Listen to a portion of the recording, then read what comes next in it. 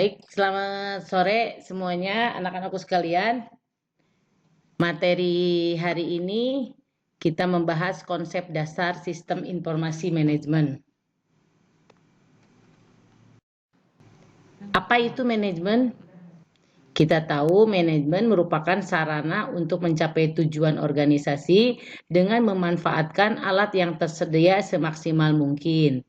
Atau manajemen merupakan proses pencapaian tujuan dengan menggunakan keahlian orang lain.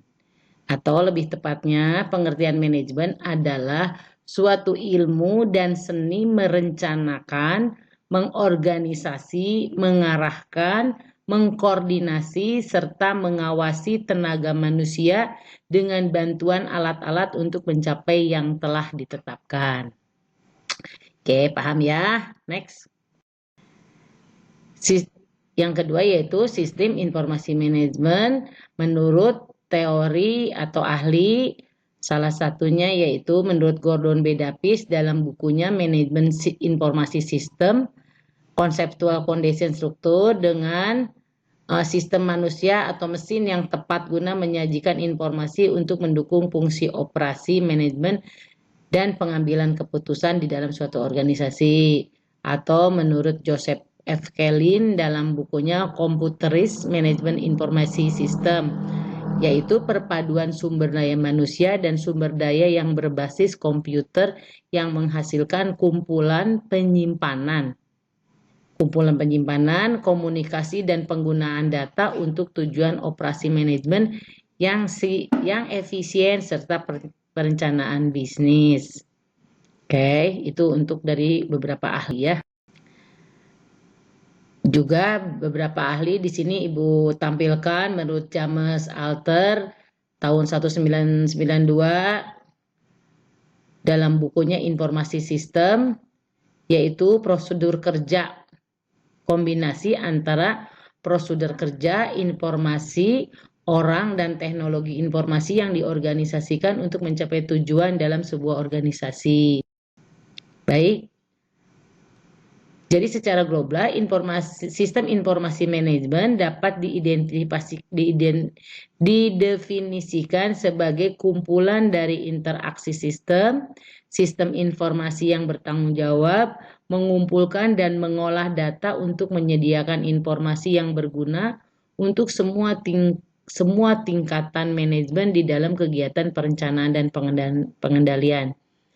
Saya ulangi lagi. Sistem informasi manajemen dapat didefinisikan sebagai kumpulan dari interaksi sistem informasi yang bertanggung jawab, mengumpulkan data, mengolah data untuk menyediakan informasi yang berguna untuk semua tingkatan manajemen di dalam kegiatan perencanaan dan pengendalian. Sampai di situ paham ya? Sistem informasi manajemen, sistem informasi akuntansi, macam-macam sistem informasi manajemen. Satu, sistem informasi akuntansi, yaitu menyediakan informasi dari transaksi keuangan. Sistem informasi pemasaran, seperti apa? Menyediakan informasi untuk penjualan, promosi barang, promosi penjualan, kegiatan-kegiatan pemasaran, kegiatan-kegiatan penelitian pasar, dan lain-lain. Ada juga sistem informasi persediaan, yaitu inventory informasi sistem. Jadi sistem informasi persediaan itu sistem yang mengatur stok barang atau persediaan. Ada juga sistem informasi personalia atau personal informasi sistem. Sistem informasi terdiri juga dari sistem informasi pembelian, yaitu purchasing informasi sistem yang biasa dipakai oleh pembelian ya. Sistem pembelian supaya semuanya alurnya benar. Lanjut sistem informasi kekayaan, treasure informasi sistem atau sistem informasi analisis kredit analisis informasi sistem. Juga ada sistem informasi penelitian dan pengembangan, research and development informasi sistem. Yang terakhir, sistem informasi teknik, engineering, dan informasi sistem. Jadi, sistem-sistem informasi manajemen itu banyak ragamnya, seperti yang tadi saya sampaikan. Berdasarkan sistem. Atau sebelumnya, klasifikasi sistem dulu. Sistem itu bisa dibagi dua, sistem terbuka dan sistem tertutup. Apa yang dimaksud dengan sistem terbuka? Sistem terbuka bila aktivitas di dalam sistem tersebut dipengaruhi oleh lingkungannya atau dipengaruhi oleh lingkungan luar, menerima masukan dari subsistem lain dan memberikan keluaran untuk subsistem lain. Yang kedua yaitu sistem tertutup. Apa yang disebut dengan sistem tertutup? Yaitu bila aktivitas di dalam sistem tersebut tidak terpengaruh oleh perubahan yang terjadi di lingkungannya atau tidak dipengaruhi lingkungan di luar sistem, menerima masukan tertentu menghasilkan keluaran tertentu. Selanjutnya kita bahas sistem alamiah dan sistem buatan manusia. Sistem alamiah natural system buatan Tuhan seperti manusia, pohon-pohon terjadi dengan sendirinya atau alamiah. Jadi sistem yang alamiah itu manusia tumbuh kembang, pohon juga gitu ya secara alamiah tumbuhnya. Human made system hasil karya manusia, misalnya komputer atau mobil. Klasifikasi sistem, sistem juga bisa kita klasifikasi menjadi sistem berjalan dan sistem konseptual. Apa yang disebut dengan sistem berjalan? Sistem berjalan adalah sistem yang digunakan saat ini atau berlangsung dilaksanakan atau digunakan. Sementara sistem konseptual, sistem yang menjadi harapan atau masih di atas kertas atau masih di konsep konseptual, sistem yang menjadi harapan, jadi masih dalam pemikiran ya, masih ada di atas kertas. Baik, selanjutnya yaitu sistem terbagi juga menjadi sistem sederhana dan sistem kompleks. Kompleks ya. Sistem sederhana yaitu sistem yang memiliki sedikit tingkatan atau yang terbentuk dari sedikit tingkatan atau komponen atau subsistem serta hubungan antara mereka sangat sederhana. Contohnya sistem yang digunakan oleh pengantar koran. Sistem kompleks yaitu sebuah sistem yang kompleks terdiri dari banyak komponen dan tingkatan yang dihubungkan dalam berbagai cara yang berbeda. Contohnya organisasi perusahaan.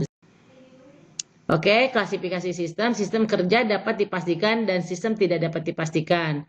Yang sistem yang dapat dipastikan dapat ditentukan pada saat sistem akan dan sedang dibuat. Contohnya sistem listrik di mana kita tinggal yang dipenuhi arus listrik yang tetap dan dapat diukur. Sementara yang tidak dapat dipastikan, tidak dapat ditentukan dari awal tergantung kepada situasi yang dihadapi.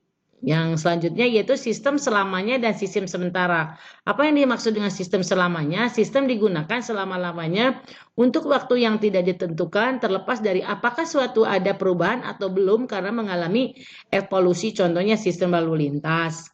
Itu yang selamanya ya, sudah pasti pemilu 4 tahun sekali seperti itu. Yang sementara, sistem hanya digunakan untuk periode waktu tertentu, misalnya sistem pembagian jatah sembako digunakan hanya pada saat terjadinya krisis pangan. Jadi itu sementara yang kadang-kadang saja terjadi. Klasifikasi sistem juga bisa secara fisik dan non-fisik. Secara fisik dapat dilihat dari wujudnya dan dapat diraba, misalnya mobil adalah sistem buatan manusia dan juga sistem yang ada secara fisiknya. Kita bisa menyentuhnya, merasakannya, dan mengoperasikannya. Sementara non-fisik tidak dapat diraba dan tidak dapat disentuh secara fisik. Contohnya organisasi perguruan tinggi, ada bentuknya, ada strukturnya, tapi tidak bisa diraba. Oke, sistem juga merupakan subsistem dan supersistem. Sistem yaitu kumpulan atau grup dari subsistem atau bagian komponen apapun, baik fisik atau non-fisik yang paling berhubungan satu sama lain dan bekerja sama, saling berhubungan satu sama lain dan bekerja sama secara harmonis untuk mencapai satu tujuan tertentu. Subsistem, sistem yang lebih kecil dari sebuah sistem. Supersistem, sistem yang sangat besar dan sangat kompleks. Oke, sampai di sini. Paham ya? Oke, next. Baik, anak-anak, kita lanjutkan lagi. Konsep sistem informasi manajemen. Klasifikasi sistem bisa beradaptasi dan tidak bisa beradaptasi. Yang bisa beradaptasi yaitu suatu sistem yang memiliki kemampuan untuk beradaptasi atau menyesuaikan diri terhadap setiap pengaruh yang diakibatkan oleh perubahan yang terjadi di lingkungannya atau yang disebut adiktif. Sementara yang tidak bisa beradaptasi yaitu suatu sistem yang tidak memiliki kemampuan untuk beradaptasi atau tidak bisa menyesuaikan diri terhadap perubahan lingkungannya. Oke, sementara data konsep sistem informasi yang disebut data yaitu apa yang disebut dengan data yaitu fakta atau apapun yang dapat digunakan sebagai input dalam menghasilkan informasi. Data yaitu sekumpulan fakta yang menjadi bahan pengelolaan lebih lanjut. Bentuk data bisa objek, kualitatif, kuantitatif, atau bahan untuk diskusi. Gambar 3 dimensi baik bergerak maupun tidak bergerak, rekayasa komputer atau disebut data virtual. Yaitu definisi informasi menurut Azhar Susanto yaitu informasi adalah hasil pengolahan data yang memberikan arti dan manfaat. Sementara menurut Abdul Qadir yaitu sebagai data yang telah diproses sedemikian rupa sehingga meningkatkan pengetahuan seseorang yang menggunakan data tersebut. Sementara menurut Josh R. Terry, informasi adalah data yang penting yang memberikan pengetahuan yang berguna. Dan terakhir yaitu menurut Raymond McLeod, informasi adalah data yang telah diolah menjadi bentuk yang memiliki arti bagi penerima dan bermanfaat bagi pengambilan keputusan saat ini atau akan datang. Begitu ya, yaitu informasi. Secara definisi, kita simpulkan informasi adalah hasil pengolahan data yang memberikan arti dan manfaat bagi oleh suatu organisasi atau perorangan yang memberikan dan meningkatkan pengetahuan yang berguna menjadi bentuk yang memiliki arti bagi penerima dan bermanfaat bagi pengambilan keputusan saat ini atau yang akan datang. Untuk pertemuan kali ini mungkin Ibu cukupkan ketemu lagi minggu depan, ketemu lagi jam yang sama depan. Saya ucapkan yang sama. Wabillahi taufiq wal hidayah. Wassalamualaikum warahmatullahi wabarakatuh.